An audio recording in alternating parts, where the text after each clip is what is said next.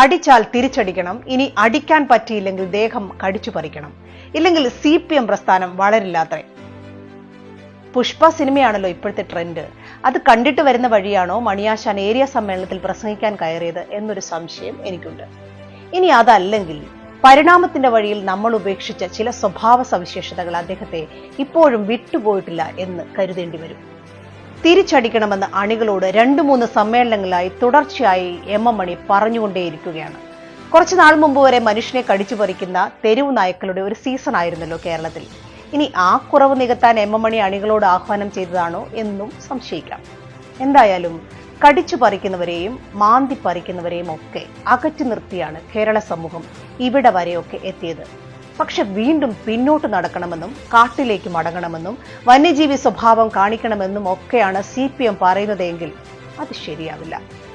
പാണ്ഡൻ നായുടെ പല്ലിന് ശൗര്യം പണ്ടത്തെ പോലെയൊന്നും ഇല്ലാത്തതുകൊണ്ട് ഇടയ്ക്കൊക്കെ ഒന്ന് രാഗി മൂർച്ച പിടിപ്പിക്കുന്നത് നല്ലതാണ്. CPM അനുയായികളും തങ്ങളുടെ കോമ്പലൊക്കെ രാഗി മിനുക്കി റെഡിയാക്കി വെക്കണം. 1.5 വർഷം കഴിയുമ്പോൾ ഉപയോഗിക്കാമല്ലോ. നോക്കൂ, എന്തൊരു രാഷ്ട്രീയ ഗതികേടാണ് കേരളത്തിൻ്റെതെന്ന്. ഇനി MM മണി പറഞ്ഞതിന്റെ രാഷ്ട്രീയം എന്താണെന്ന് നിങ്ങൾക്ക് മനസ്സിലായോ? കേരളത്തിൽ CPM പാർട്ടിക്ക് അധികാരത്തിലുടനീളം തോൽവി മണക്കുന്നു.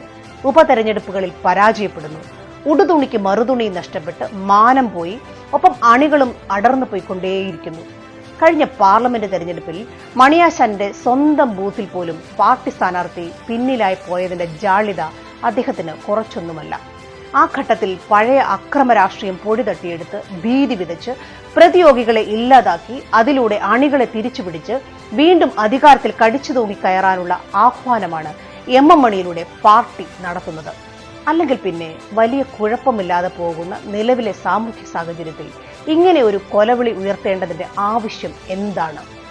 MM മണിയുടെ നാവ് പാർട്ടിയുടെ മൂർച്ചയുള്ള ഒരു വെപ്പണാണ്. CPMന്റെ അണികളോട് കൊന്നു തള്ളണമെന്നും കടിച്ചു പറിക്കണമെന്നും പറഞ്ഞുകൊണ്ടേയിരിക്കുന്ന MM മണിയെ CPM നേതൃത്വം തള്ളി പറയാത്തിടത്തോളം കാലം അക്രമ രാഷ്ട്രീയം തിരിച്ചു വരണമെന്ന് CPMും ആഗ്രഹിക്കുന്നുണ്ട്.